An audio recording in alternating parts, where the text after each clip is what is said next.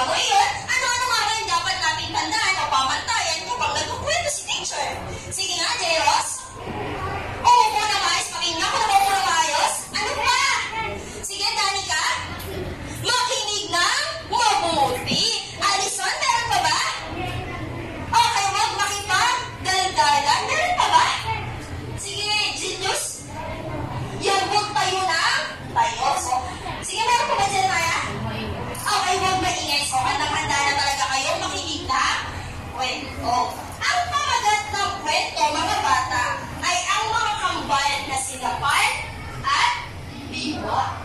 Oh, isang araw, may kambal na nagngangalang Pan at Biwa. Sila ay kambal at parehas na babae. Ngunit, magkaiba sila ng ibig gawin.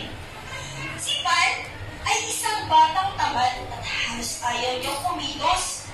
Si Biwa naman ay isang masipag na bata.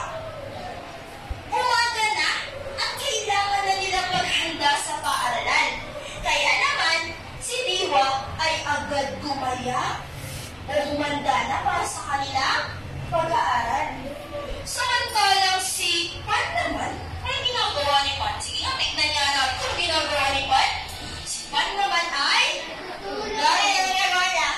ayaw natutulog pa, hindi pa siya naghahanda sa kanyang pag-aaral sa pagpasok. Sa paaralan naman, si Biwa ay talagang nakikinig sa kanyang mga guro at kapansin-pansin na kapag may sinasabi ang kanyang guro ay sinusunod niya agad ang mga sulatin niya ay agad na natatapos. Ganito rin ba kayo? Huwag kagaya ni Biwa? Okay, sige nga. Samantalang si Pan naman ay nakaupo lamang sa kanyang salupuin. Walang naririnig. Pag-uwi ng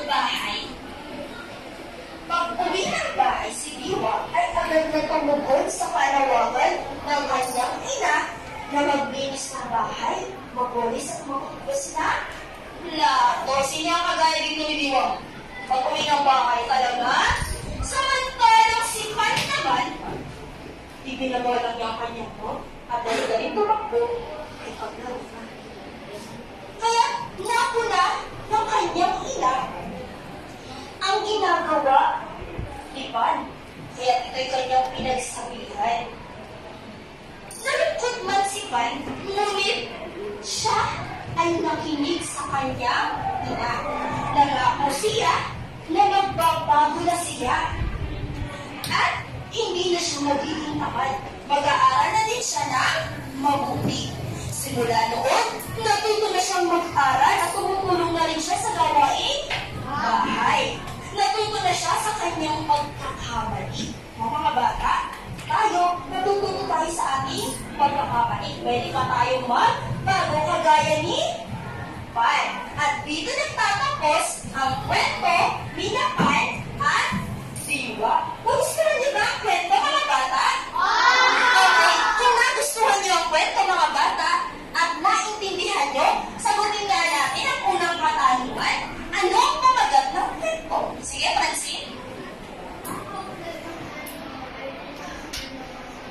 Okay, ang kambal, sina? Okay, maraming salamat, Francine, sa ikalawang katanungan. Tungkol saan ang napakinggan kong kwento? Tungkol saan daw yun? Tungkol saan? Sige, Mac Julius. Okay, tungkol sa magkapatid o sa kambal na sinapan at Biwa. Maraming salamat, Mac Julius. At sa pangatlong bilang naman, sino-sino ang makatauhan sa kwento? Sige, John Raymond.